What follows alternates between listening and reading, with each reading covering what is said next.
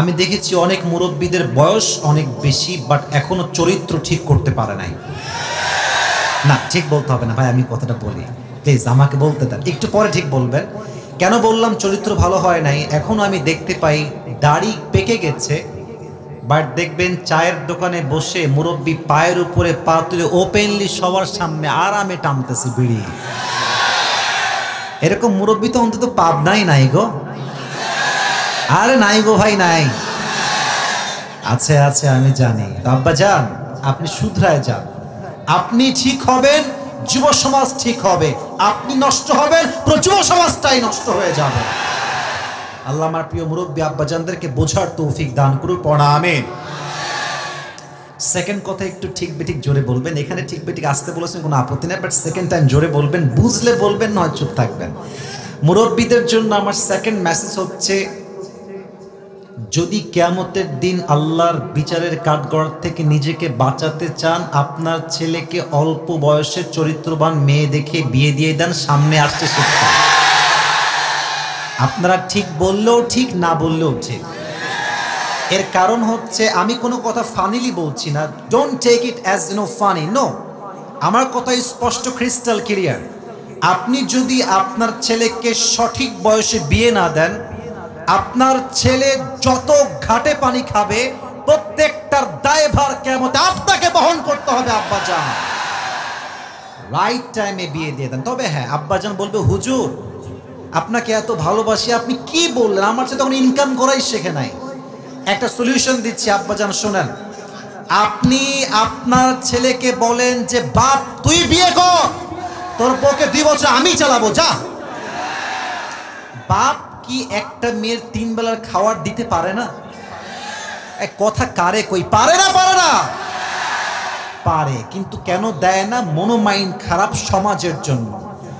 বলে যে একটা সামাজিকতা আছে, মেয়ে আসবে রাজকন্যার মতো পালকিতে আসবে, BMW-তে আসবে, ওই দেওয়া লাগবে, 10 লাখ দেনমোহর হবে।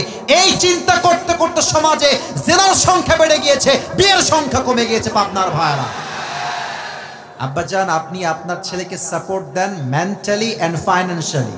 আল্লাহ আমার বাবাদেরকে বোঝার তৌফিক দান করুক, পড়া আমিন। রাগটা করেন নাই তো আপনারা কেউ? আমাকে ইনশিওর করেন, রাগটা করেন নাই তো আবার কেউ? সেকেন্ড কথা, আমার প্রিয় কলিজার টুকরা বোনদের জন্য। হ্যাঁ সোনামণি, আগে ঠিক বলা যাবে না, লেট মি টক।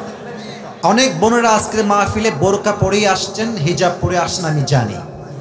আপনাদের জন্য আমি মন থেকে কিছু কথা বলছি, প্রিয় বোন, মন থেকে শুনবেন, কান খাড়া করে শুনবেন। হিজাব আর নেকাব পড়লেই কিন্তু আসলে দিনদার হওয়া যায় না। আমরা দেশে দেখেছি, যত মেয়ে পার্কে প্রেম করে, তার 80 ভাগেরও বেশি বোরকাওয়ালিরা প্রেম করে, যুবক ভাইরা। তাহলে বলবেন, হুজুর বোরকা তো পড়ে আছে, দেখলে মনে হবে यार ये तो अभी के अभी जन्नत से दुनिया में भाग के आई है यार, इतनी अच्छी लड़की तो मैंने जिंदगी में कभी भी नहीं देखा यार, इतनी अच्छा कोई हो सकता है? मेरे दोस्त, बात तो ये है कि ऊपरे फिट फाट भीतरे পুরোটাই সদরঘাট। আমার প্রিয় বোন, I respect you from my heart, আমি দিল থেকে সম্মান আপনাকে করি, বাট বোরকাকে প্রেমের হাতিয়ার হিসেবে ইউজ করলে আপনার চরিত্র খারাপ হয়ে যাবে, প্রিয় যুবক ভাই। অতএব নিজেকে বোরকায়ে দিনদার নয়, চরিত্রে দিনদার বানানোর চেষ্টা করতে পারলে তৌফিক দান করুন। এ তোমরা আমিন কও না কেন রে ভাই? রে ভাই, আর একবার কোনা আমিন। সেকেন্ড মেসেজ বলেই শেষ করছি, প্রিয় বোন আমার, বিয়ের সময় আসলে ওই টাকাওয়ালা টাকলাকে বিয়ে না করে চরিত্রবান যুবককে বিয়ে করে। কিছু মেয়ের রুচি এত খারাপ, যুবক যদি দিনদার, 5 ওয়াক্ত নামাজি, দাড়িওয়ালা যুবক হয় পছন্দ না, গাঞ্জাখোর পছন্দ হয় কিছু কিছু মেয়েদের, আর কপালে বাসও খায় সেই লেভেলে। আপনি চরিত্র দেখে বিয়ে করবেন, প্রথমে খারাপ লাগলেও আপনার পরবর্তী জীবনটা সুখ দ্বারা ভরে যাবে। আর গাঞ্জাখোরকে বিয়ে করবেন, দেখতে বাহ্যিক মনে হবে ওয়াও, কিন্তু বিয়ের 2 মাস পরে যখন বুঝবেন যে গাঞ্জাখোর তো নিজের মূল্য নিজেই বোঝে না, ও বইয়ের মূল্য বুঝবে কেমন করে রে ভাই? আল্লাহ প্রত্যেকটা মেয়েকে দিনদার যুবক দেখে বিয়ে করার তৌফিক দান করুন। না তোমরা আমিন তো জোরে কইতে পারতেছ না যুবক ভাইরা। শেষ কথা আমার কলিজার টুকরা যুবক ভাইদের জন্য, সবাই একটা কাশি দেন। আচ্ছা, আজকে হচ্ছে 13ই নভেম্বর। কত নভেম্বর? দেশটা কি এখন গোলামের মতো আমরা আছি না স্বাধীন হয়ে আছি?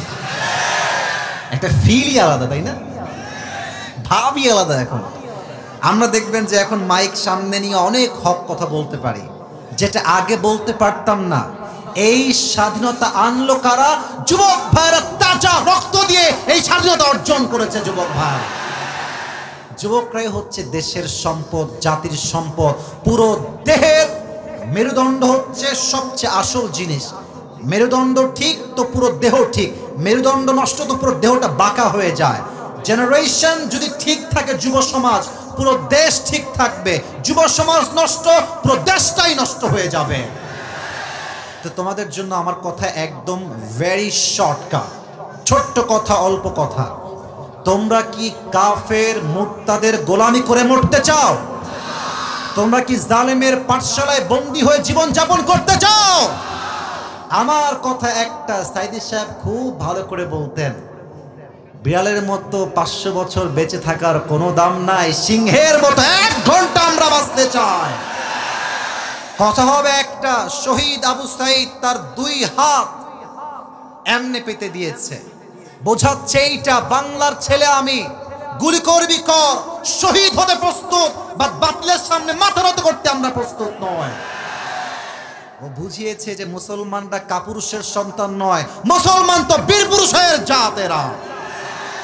অতএব আমি তোমাদেরকে পাবনার মাটিতে একসঙ্গে রেখে যুবক ভাইদেরকে বলতে চাই, হাতে হাত রাখো, একসঙ্গে হাত বাড়াও, সামনে আগাও। কথা হবে একটা, আল্লাহর এই জমিনে আল্লাহর দ্বীনকে কায়েম করতে হলে, আল্লাহর রাজকে কায়েম করতে হলে, কোরআনের রাজকে কায়েম করতে হলে জীবন দিতে প্রস্তুত, রক্ত দিতে প্রস্তুত, শহীদ হতে প্রস্তুত। কারা কারা প্রস্তুত? হাত তুলে আল্লাহকে দেখায় দাও।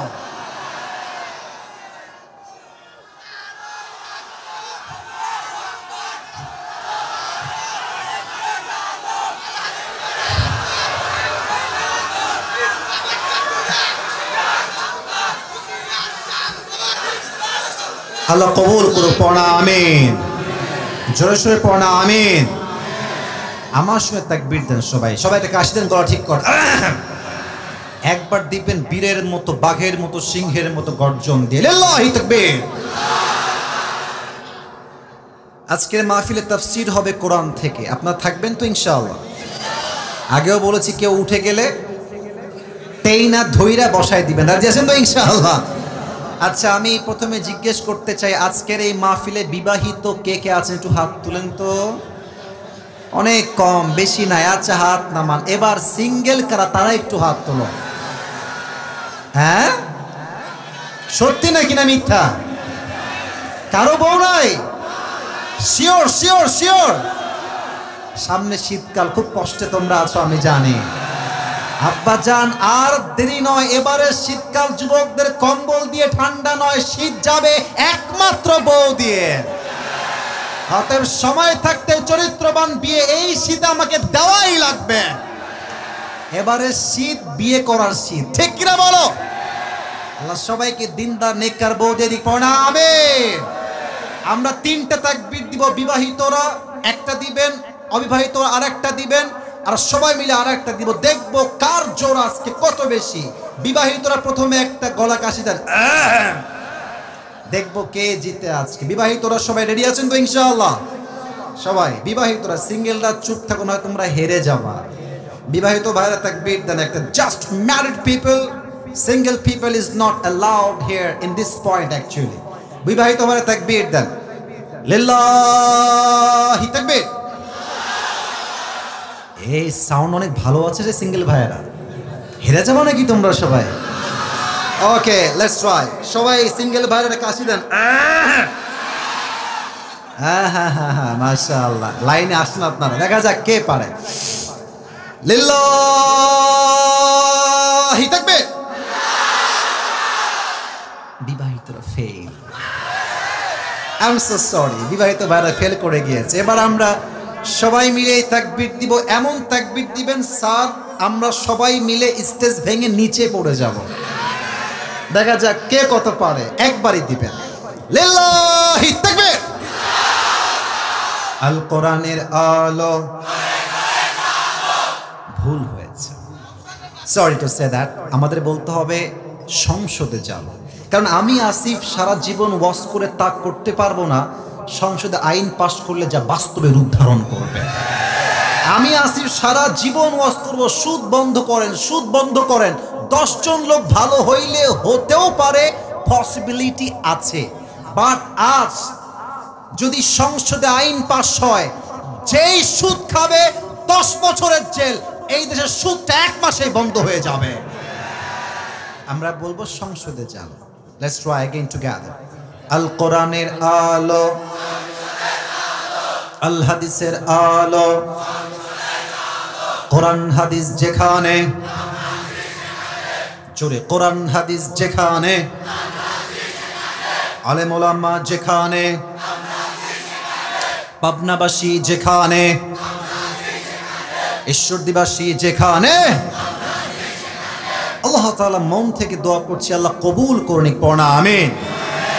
আমি তাফসীর শুরু করছি, একটা অ্যানাউন্সমেন্ট দিয়েই তাফসীর শুরু করতে চাই। আজকে আপনাদের পাবনাদের ভাইদের জন্য, পাবনার ভাইদের জন্য একটা গিফট নিয়ে আসছি আমার পক্ষ থেকে। নেবেন তো? দেখে খুব নর্মাল মনে হচ্ছে, normal, but it's brand man. Show off করলাম, ভাব নিলাম একটু বেশি। তো এটা কেন বললাম, ভাবটা নিলাম যে এটা আমার টুপি, অনেক শখের টুপি, নিজে অর্ডার দিয়ে বানায় নিয়ে আসছি আমার সাইজে আর কি।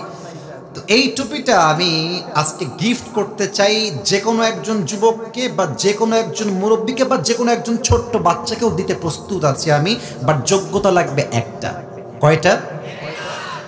কথা কোন কয়টা? আমি আসিফ এখন যে আয়াত থেকে তাফসীর বা যে সূরা থেকে তাফসীর পেশ করব, আমার পুরো লেকচারটাই হবে কনস্ট্রাকটিভলি ইনশাআল্লাহ, পুরোটাই গঠনমূলক হবে। যদি কোনো যুবক, আচ্ছা একটা সুযোগ আছে, আপনি চাইলে আপনার অ্যান্ড্রয়েড ফোন বা আইফোনের নোটপ্যাডে লিখতে পারেন, নো প্রবলেম অ্যাট অল, চাইলে লিখতে পারেন। অথবা আপনি চাইলে আপনার ডায়েরিতে কলমে লিখতে পারেন, no problem, not a big deal. তবে হ্যাঁ, ওয়াজ যখন শেষ হয়ে যাবে, পুরো আয়াতের তাফসীর বা সূরার তাফসীর যখন শেষ হয়ে যাবে, আমি বলবো আমি যা যা বলেছি কে বলতে পারবে, একজন দাঁড়াবেন, একজন সুযোগ দেওয়া হবে। যদি আপনি আমার প্রশ্ন অনুযায়ী উত্তর করতে পারেন, তবেই আজকে এই টুপিটা আপনার মাথায় আমি পরিধান করাই দিব। রাজি আছেন? একটু কমে গেছে ইনশাআল্লাহ, বলেন সবাই ইনশাআল্লাহ। শেষ তাকবীর দেন, লিল্লাহি তাকবীর।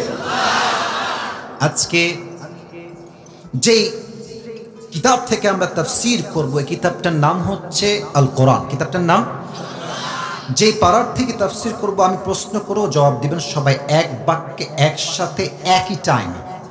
30 নম্বর পারা। যুবক ভাইয়েরা, মুরব্বী আব্বাজানরা, পাবনার ভাইয়েরা, কত নম্বর পারা? Right answer. যে সূরা থেকে আমরা তাফসীর পেশ করব, সূরাটার নাম হচ্ছে সূরাতুল কাউসার। বলেন সবাই সূরাতুল। এটা হচ্ছে কোরআনুল কারীমের সবচাইতে বড় সূরা। বড় না ছোট? শুধুই কি ছোট না সবচেয়ে ছোট? আচ্ছা, এই সূরার আয়াত সংখ্যা হচ্ছে মোট 3টা। বলেন সবাই কয়টা? ওদিকে সাউন্ড খুবই কম, লেটস ট্রাই अगेन। কয়টা? এই সূরার রুকু হচ্ছে জাস্ট একটা। বলেন সবাই কয়টা? এই সূরাটা হচ্ছে কোরআনুল কারীমের 108 নম্বর সূরা। 100 কত নম্বর সূরা? 8। আর এই সূরার শেষ এন্ড ফাইনাল কথা হচ্ছে, এটা মাদানী সূরা নয়, এটা হচ্ছে মাক্কি সূরা। সুবহানাল্লাহ পড়েন সবাই। এবার আসুন আমার তাফসীরের দিকে ঢুকে যাই। ইমাম সানাউল্লাহ পানিপত্তি রহমতুল্লাহি আলাইহি লিখেছেন, কেউ যদি কোরআনের কোন একটা সূরা অথবা ভার্স অথবা চ্যাপ্টারের তাফসীর করতে চায়, 5টা বিষয়ে কথা বলার সবচেয়ে জরুরি। হাত দেখাচ্ছি, আঙ্গুল দেখে বলেন তো পাবনার ভাইয়েরা কয়টা বিষয় জরুরি? There are 5 things that is most important to talk about. কথা আপনাকে বলতে হবে 5টা বিষয় যদি আপনি তাফসীর করতে চান। নাম্বার 1, যদি কেউ আয়াতের তাফসীর পেশ করতে চায়, প্রথমেই লাগবে শুদ্ধ তেলাওয়াত। যার আয়াত পড়াই সহি না, তার তাফসীরের দাম 2 পয়সা আল্লাহর কাছে নাই। ঠিক আছে কিনা বলেন? So the first rule is right pronunciation, সঠিক তেলাওয়াত, শুদ্ধ তেলাওয়াত। 2, right ট্রান্সলেশন, সঠিক তর্জমা। থার্ড, শানে নুজুল, what's the background behind it? Why Allah subhanahu wa ta'ala has revealed this surah when he has revealed this surah? Allah কেন নাজিল করলেন, কোন সময় দিলেন, প্রেক্ষাপটটা কি ছিল জানার দরকার। পাবনার ভাইরা সবাই বলেন তো আছে না নাই? 3 গেল। 4, what is the explanation of this surah? এই আয়াতের ব্যাখ্যা কি, ইন্টারপ্রিটেশন কি? 4, 5, what's the lesson that you have got from this surah? আপনি এই সূরার তাফসীর পড়ে, ব্যাখ্যা পড়ে কি শিক্ষাটা পেলেন জানতে হবে। চুপ করে বসে থাকো না, না, মজার সময় মজা, সিরিয়াস মোডে সিরিয়াস হলে, এটাই মুসলমানদের ব্যক্তিত্ব। আপনি সবসময় হাসবেন, মজা করে, আমার ব্যক্তিত্ব নষ্ট হয়ে যাবে তো। অলওয়েজ হাসাহাসি না, হাসার সময় হাসাহাসি, যখন কান্নার ওয়াজ কান্না, হাসির ওয়াজ হবে হাসি হবে, ঠিক কিনা বলেন? আমি এখন পুরো সিরিয়াস মোডে কথা বলছি, বাবুরা একদম ডিস্টার্ব করবো না। আপনারা একটু দেখে দেখেন, যুবক ভাইরা আছে দেখে রাখবেন, আর কোনো সাউন্ড চাচ্ছি না। রাজি আছেন তো ইনশাআল্লাহ? প্রথমে আসুন সূরা সঠিক তেলাওয়াত আমি পড়ছি, কেউ মোবাইল ফোনে হাত দিবেন না, ফেসবুকে যাবেন না। মায়েরা বোনেরা প্লিজ মেহেরবানি করে, আমি অনেক রিপোর্ট পাই আমার ফেসবুক পেজে যে মেয়েরা মাহফিলে এসে ফেসবুকে মেসেঞ্জারে কথা বলে, ভিডিও কলে কথা বলে। What is this? আপনি কি মাহফিলে ওয়াজ শুনতে আসেন না ভণ্ডামি করতে আসেন? এখানে ওয়াজ শুনবেন, কোরআন পড়বো আমি, ফাস্তামিউ লাহ, কলিজার থেকে শ্রবণ করতে হবে, ঠিক কিনা বলেন পাবদার ভাইরা? আমি তেলাওয়াত করছি প্রথম শব্দ থেকে। আউযু বিল্লাহি মিনাশ শাইতানির রাজীম, বিসমিল্লাহির রহমানির রহিম, ইন্না আ'তাইনাকাল কাউসার فصل لربك وانحر إن شانئك هو الأبتر الله أكبر শুদ্ধ তেলাওয়াত ডান। সেকেন্ড পার্ট হচ্ছে ট্রান্সলেশন, তরজমা। আল্লাহ তাআলা বলছেন ইন্না আ'তাইনাকাল কাউসার, O my prophet, indeed we have granted you কাউসার। ইয়া রাসূলুল্লাহ, ইয়া হাবিবাল্লাহ, আমি আল্লাহ তাআলা আপনাকে হাউজে কাউসারের মতো নিয়ামত নিজেই দান করেছি। সুবহানাল্লাহ পড়েন। ফাসাল্লি লিরাব্বিকা ওয়ানহার, so perform the salah and sacrifice to your Lord alone. অতএব আপনি নামাজ পড়ুন, কোরবানি করুন, লোক দেখানোর জন্য নয়, মানুষকে খুশি করার জন্য নয়। It's just not for show off, লোক দেখানোর জন্য নয়। আমার নামাজ, আমার কুরবানি এক সত্তার খুশির জন্য হবে। তিনি কে?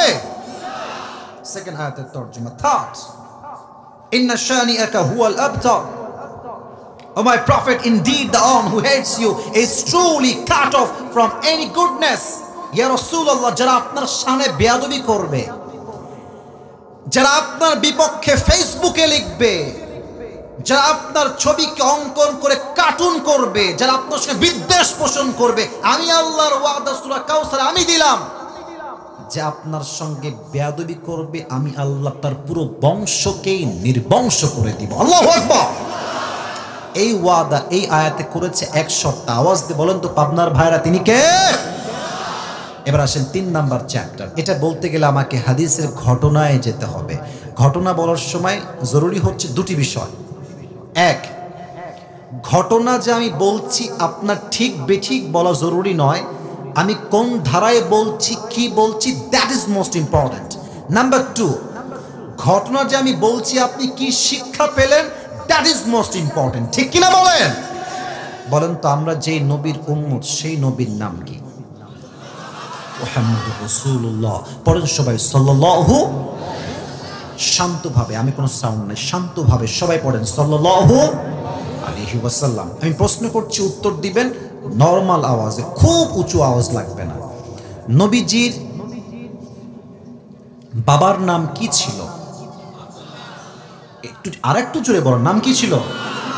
আচ্ছা, সেকেন্ড কোয়েশ্চেন। আমি কাউকে বাধাতে চাচ্ছি না, আমি আপনাদেরকে আলোচনায় ঢুকাতে চাই তো, মনোযোগ বাড়াতে চাই তো। Just for your concentration I am trying to motivate you, আপনাকে আমি অনুপ্রাণিত করার ট্রাই করছি। নবীজির মায়ের নাম কি ছিল? বামে বলেন ভাইরা, নবীজির মায়ের নাম কি ছিল? আমেনা। দুধমা হালিমাতুস সাদিয়া রাদিয়াল্লাহু তাআলা আনহা, বলেন সবাই মারহাবা। আচ্ছা, নবীজির চাচার নাম কি ছিল? আরে ভাই জানেন তো, ভয় কেন লাগছে? বলেন না সবাই, নবীজির চাচার নাম কি ছিল? আবু তালেব। নবীর দাদার নাম কি ছিল? Abdul Muttalib. শেষ প্রশ্ন, last question in this point. নবীজির বউ তো ছিল মোট 11টা। আপনার ভাইয়েরা, মোট কয়জন ছিলেন? নবীজির প্রথম স্ত্রীর নাম কি ছিল? সবাই বলেন এক বাক্যে। খাদিজাতুল কুবরা রাদিয়াল্লাহু তাআলা আনহা। বলেন আল্লাহু আকবার। নবীজির বয়স যখন মাত্র 6, নবীজি মাকে নিয়ে মদিনার থেকে মক্কায় ফিরে আসছেন। আমার যুবক ভাইয়েরা, তোমরা মনে করো যে তোমার মায়ের চেয়ে তোমার গার্লফ্রেন্ড আপন, ঘোড়ার আন্ডার আপন। তোমার গার্লফ্রেন্ড 1 নাম্বারের স্বার্থপর। তুমি বিশ্বাস করো আমার যুবক ভাই, তোমার পায়ে হাত রেখে বলছি, তোমার পৃথিবীতে একমাত্র নিঃস্বার্থ তোমাকে ভালোবাসে তোমার মা, তোমার বাবা। ঠিক কি না বলো? নবীজি ফিরে আসছেন মাত্র বয়স 6, একদম 6 বছরের ছোট্ট শিশু মুহাম্মদ সাল্লাল্লাহু আলাইহি ওয়াসাল্লাম মদিনার থেকে মক্কায় ফিরে আসছেন। হঠাৎ করে নবীর আম্মাজান 2 হাত এমনি বুকে দিয়ে বসে পড়েছে। নবীজি বলছে, আম্মাজান আপনার কি হয়েছে? আপনি এরকম করছেন কেন? অস্থির হয়ে গেছে। যদি আমি এটাকে 2024 সালে নিয়ে আসি, আমি এটাকে বলবো এটার নাম হচ্ছে হার্ট অ্যাটাক। যদি ব্রেনে স্ট্রোক বলে আমরা ব্রেন স্ট্রোক, যদি হার্টের সমস্যা হয়, ঠাস করে পড়ে যায়, এটাকে আমরা সায়েন্টিফিকলি বলি হার্ট অ্যাটাক। নবীর মায়ের ওখানে হার্ট অ্যাটাক হয়েছে। নবীজি মায়ের কাছে দৌড় দিয়ে আসছে, মাত্র 6 বছর বয়স। নবীজির মা এমনে পড়ে গেছে। নবীজি নিজের কোল পেতে দিয়েছে মাকে শোয়ার জন্য। সুবহানাল্লাহ পড়বেন না? নবীজির মা নবীজির কোলে শুয়ে আছে, এমনে নবীজি হাত দিয়ে আছে। আম্মা আপনার কি হয়েছে? আম্মা আপনি এরকম করছেন কেন? আপনি অস্থির কেন হচ্ছেন?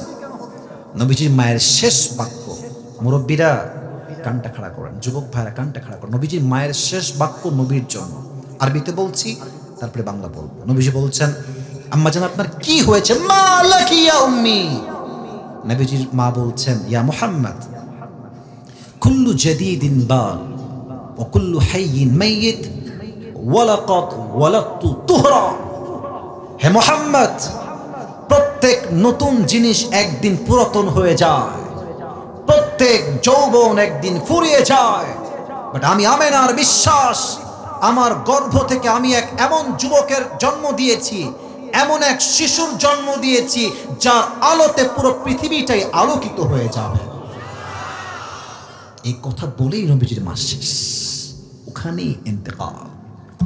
আমার দিকে তাকান, নিজের মাকে একটু এখানে নিয়ে আসেন, যে আপনার মা আপনার কোলে চোখের সামনে শেষ। ভাবেন, আল্লাহ না করুক আপনি ভাবেন, আমি যখন ওমরা করতে গেলাম, নবীজি মায়ের কবর যখন আপনারা হজে যাবেন, ওমরায় যাবেন, দেখলে অবাক হয়ে যাবেন।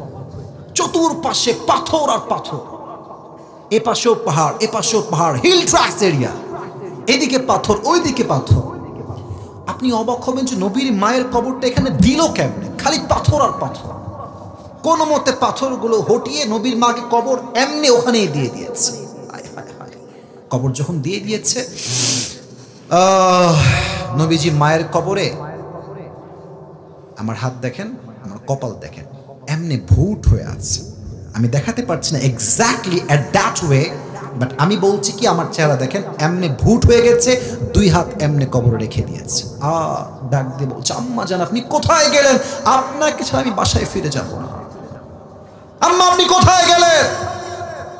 এদিকে উম্মে আইমান, নবীজির দাসী ছিলেন একজন উম্মে আইমান, এমনি নবীর হাত ধরে টানছে, Muhammad come back, come back, ফিরে আসো, তোমার মার কখনোই ফিরে আসবে না, বের হয়ে আসো, চলো বাসায় চলো। এমনি টেনে হিচড়ে ধরে পাহাড় থেকে নিচে নেমে গেছে, অনেক দূর নিয়ে গেছে মুহাম্মদ সাল্লাল্লাহু আলাইহি ওয়াসাল্লামকে।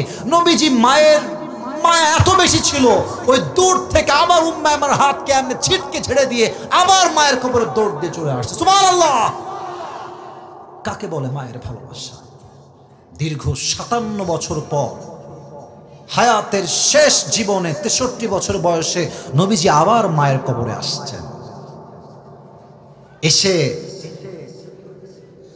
বলছে, এই সাহাবা একরাম তোমার সবাই বাসায় ফিরে যাও, আমি এখানে একাই থাকবো। নবীজি মায়ের কবরে একাই আছেন। আমি নবীজির আকৃতি বোঝাবার জন্য আমার কাছে স্পেস নাই। দেখবেন মাঝে মাঝে বাচ্চারা চকলেট চাইলে যদি আপনি না দেন, দেখবেন যে এই দুই হাঁটু এই পর্যন্ত তুলে আর এই দুইটা হাত দিয়ে এমনি কাঁদে। আমার কথা কি বোঝা যায়? এই দুই হাঁটু তুলে এই বুক বরাবর নিয়ে আসে, দেখবেন দেওয়ালের সঙ্গে হেলান দিয়ে এমনি চুপ করে পাগলের মতো কাঁদে বাবুরা, বাচ্চারা। নবীজির 63 বছরের জীবনের শেষ মুহূর্তে হায়াতের নবীজি মায়ের কবরের কাছে এমনি হাঁটু তুলে দুই হাত এমনি ঢেকে দিয়ে বসে বলছে, আম্মা যান, আপনি যাওয়ার পরে আমি বুঝতে পারলাম দুনিয়াতে মা ছাড়া সবার ভালোবাসায় স্বার্থ লুকে আছে, আর কেউ মায়ের মতো ভালোবাসতে পারে না। এক নাম্বার বাক্য মায়ের কবরের সামনে। দুই নাম্বার বাক্য, এটা খুবই সেন্সিটিভ। দুই নাম্বার বাক্য নবীজির মায়ের কবরের সামনে। নবীজি বলছে, আম্মা জান, যদি আপনি বেঁচে থাকতেন, আবারও বলছি হাদিসটা, I repeat again, I quote again, আমি আবার বলছি, ও আম্মা জান, যদি আপনি বেঁচে থাকতেন দুনিয়ার জমিনে আমি আপনার কত খেদমত করতাম। ভালো করে শোনেন, এশার নামাজ আমি পড়তাম, আল্লাহু আকবার, দাঁড়িয়ে গেছি নামাজে, সূরা ফাতিহা পড়ছি, নামাজে দাঁড়িয়েছি নামাজে, আর আমার মা ওই ঘর থেকে বলছে, ইয়া মুহাম্মদ। আমি আবার বলছি, নবীজি বলছে আমি নামাজ দাঁড়িয়েছি, এশারের নামাজ, আমার মা বলছে ইয়া মুহাম্মদ। আমি নবীজি নামাজ ছেড়েই বলতাম, লাব্বাইক আম্মা জান, আপনার খিদমতে আপনার সন্তান হাজির হয়ে যাবে। সুবহানাল্লাহ পড়ুন সবাই। নামাজ ছেড়ে দিতাম। থাক কথা, শেষ কথা, আম্মা জান, যদি আপনি আমার মা হয়ে দুনিয়ায় বেঁচে থাকতেন আমি আপনার এত খেদমত করতাম, এত খেদমত করতাম, এত খেদমত করতাম, পুরো পৃথিবী ইতিহাস হয়ে থাকতো যে মাকে ভালোবাসলে এইভাবেই ভালোবাসা যায়। সুবহানাল্লাহ। আজকে নিউজ পড়লাম সকালে, এই যে মাগরিব পরে আসার সময় দেখলাম এক ছেলে, এই আজকের একদিনের নিউজ, গার্লফ্রেন্ডের পাল্লায় পড়ে মাকে কুপিয়ে হত্যা করে ফ্রিজে ঢুকায় রাখছে। আজকের খবর। কত নিকৃষ্ট চিন্তা হতে পারে, কত জঘন্য চিন্তা হতে পারে। বেশিরভাগ যুবক মেয়েদের পাল্লায় পড়ে ছ্যাঁকা খেয়ে গাঞ্জাকে চরিত্র ইমান সব নষ্ট হয়ে যায় যুবক ভাই। তখন সে ভালো কাজ আর খারাপ কাজের মাঝে কোনো পার্থক্য খুঁজে পায় না। নবীজি এমনি কাবার সাথে হেলান দিয়ে কাঁদতেছে, আনাস আসছে, এসে বলছি, ইয়া রাসূলুল্লাহ আপনার মন খারাপ কেন, আপনার চোখের কোঠায় পানি কেন ইয়া রাসূলুল্লাহ?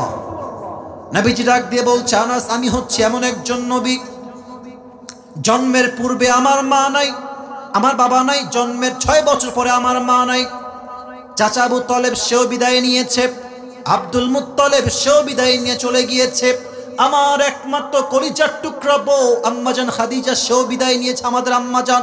সুবহানাল্লাহ পড়বেন না নাউজুবিল্লাহ পড়বেন, তো হুজুর হিসাব আসবে না ভাই।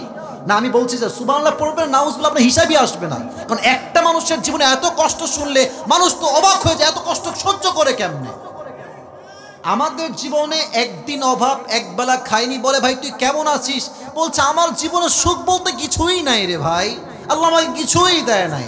বাট নবীর এত কষ্ট, নবী যে একটা বাক্য বলছে, আলহামদুলিল্লাহ আলা কুল্লি হাল, যা হয়ে যাক যাক, আমি আল্লাহর রহমতে অনেক ভালো আছি। সুবহানাল্লাহ পড়েন। আনাস বলছে, নবীজি কি কষ্ট আর বলেন? বলছে, আমার কানে খবর আসছে আম্মার ইবনে ইয়াসিরকে, সাহাবায়ে কেরামদেরকে কাফেররা কি করেছে। ডান হাত দেখেন, ডান পা এক উটে বেঁধেছে এমনে, এক উটের সাথে, বাম পা আর এক উটের সাথে বেঁধেছে এমনে রশি দিয়ে, দুই উটকে দুই দিকে ছেড়ে দিয়েছে। উটের চাপে এমন ভাবে চাপ লেগেছে, পুরো দেহের এই রান দেহ থেকে বিচ্ছিন্ন হয়ে আলাদা হয়ে গেছে। আমার কানে খবর আসছে বেলাল রাদিয়াল্লাহু তাআলা আনহুকে কাফেররা দুই হাত এমনে দিয়ে, এখানে একটা প্যারেক, এখানে একটা প্যারেক, আর বুকের উপরে বিশাল লম্বা একটা পাথর চাপিয়ে এইভাবে শুয়ে রেখেছে মরুভূমির উত্তপ্ত গরম বালুর ভেতরে। আমার কানে খবর আসছে কাফেররা সুমাইয়া রাদিয়াল্লাহু তাআলা আনহাকে শহীদ করেছে এমন ভাবে, আমি বলবো কেমনে, আগে রেপ করেছে সবাই মিলে। আমি বলতে লজ্জা লাগে, বাট আমাকে হাদিসটা না বললে আপনারা ইসলাম যে কত কষ্টে আসছে আপনি টের পাবেন না। এদিকে দেখেন, একটা মেয়েকে রাগ করবেন না, আমার কথাটা হাদিস থেকে বলছি। সব কাফেররা গণধর্ষণ করেছে। নাউজুবিল্লাহ তো কিছু পড়েন না আপনারা ভাই। এবার তার এক পা এই দিকে দিয়ে বেঁধে দিয়েছে, আর এক পা এই দিকে দিয়ে দড়ি দিয়ে বেঁধে দিয়েছে, আর কাফেররা সবাই মিলে তীর এমনে তাক করে সুমাইয়া রাদিয়াল্লাহু তাআলা আনহার লজ্জাস্থানে তীর মেরে জায়গায় শহীদ করে দিয়েছে। একটা মেয়ের কি পরিমাণ কষ্ট আপনি চিন্তা করেন তো। সমস্ত কাফের মিলে ধর্ষণ করেছে, আর তার দুই পা দুই দিকে টাঙিয়ে রেখে দড়ি দিয়ে বেঁধে প্যারাক দিয়ে মেরে দিয়ে লজ্জাস্থানে তীর মেরে শহীদ করেছে। আল্লাহু আকবার, কি স্যাক্রিফাইস, কি জীবন, কি ঈমান, কি তাগড়া ঈমান তাদের। আর কাফেররা বলছে মুহাম্মদ, নাউজুবিল্লাহ, এবার জোরে বলবেন, বলছে মুহাম্মদ তোরে তোর রব ভালোবাসে না, তাই তোর কোনো সন্তান দুনিয়াতে বেঁচে নাই, তুই হচ্ছিস লেজ কাটা বংশের মানুষ। নাউজুবিল্লাহ, এই কথা আমি তো বলছি ব্যাখ্যার জন্য, আমার বলতো আমার হাত পা কাঁপতেছে, আমি কেমনে নবীর সামনে কথা বলতে পারি। বলছে তোর বংশের লেজ কাটা, তো কোনো পুত্র সন্তান বেঁচেই নাই।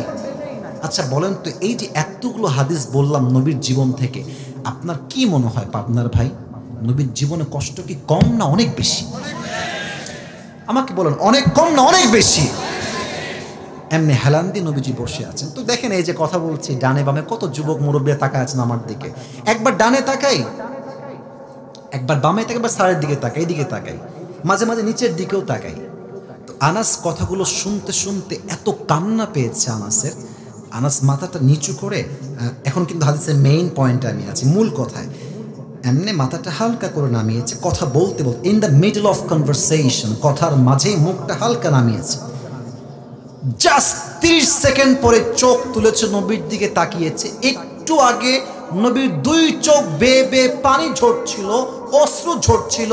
30 সেকেন্ড পরে তাকিয়ে দেখছে নবীজির পুরো চেহারায় উজ্জ্বল ঝলমলে মুচকি হাসি বের হচ্ছে। সুবহানাল্লাহ। আনাস বলছে, নবী হে,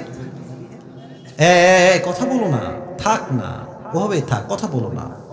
ইয়া রাসূলুল্লাহ, আপনার চোখে তো পানি ছিল, আপনি হাসছেন কেন? নবীজি ডাক দিয়ে বলছে, আনাস, আমার হাসির কারণ হলো আমি সত্যি অনেক কষ্টে ছিলাম, বাট আমার কষ্ট দূর করার জন্য আল্লাহ রাব্বুল আলামিন এই মুহূর্তে আমাকে হাউজে কাউসারের মতো নিয়ামত এখনই জিবরাইল দিয়ে গিয়েছে। সুবহানাল্লাহ। এখন প্রশ্ন করবে আপনার অনেক যুবক ভাইরা মুরব্বী, আচ্ছা হুজুর আপনার ওয়াজ সবই বুঝলাম, নবীর হারিয়েছে 4 জন পুত্র সন্তান, নবী কষ্টে আছে, তো সন্তানের জায়গায় সন্তান দিলে সান্ত্বনা হয় যে ঠিক আছে সন্তান হারিয়ে গেছে নবী, আপনি এই আর একটা সন্তান, বাট কোথায় সন্তান? তাফসীরের চ্যাপ্টার বুঝবেন, আউল ফাউল কথা না, তাফসীর বোঝেন। কোথায় সন্তান আর কোথায় পানি? পাবনার ভাই কোন তো বাহ্যিকভাবে পানির সঙ্গে সন্তানের কোনো মিল কি আছে? বোঝে নাই, কোনো মিল কি আছে? আমি আসিফের ছেলে মরে গেছে, আমি কষ্টে আছি, আল্লাহ বললো আচ্ছা যাও, ছেলে মরে গেছে, তোমাকে একটা মেয়ে সন্তান দিলাম, এটা নিয়ে সান্ত্বনা পাও। স্যার আমার কথা কি ঠিক আছে? আল্লাহ বলছে আপনাকে আমি হাউজে কাউসার দিলাম, হারিয়ে গেছে সন্তান, আল্লাহ দিচ্ছে হাউজে কাউসার, পানির মাঝে সন্তানের মাঝে তো বাহ্যিক কোনো মিল নাই, তো নবীজি হাসলেন কেন? ব্যাখ্যার দরকার যুবক ভাইরা মুরব্বীরা, আছে না নাই?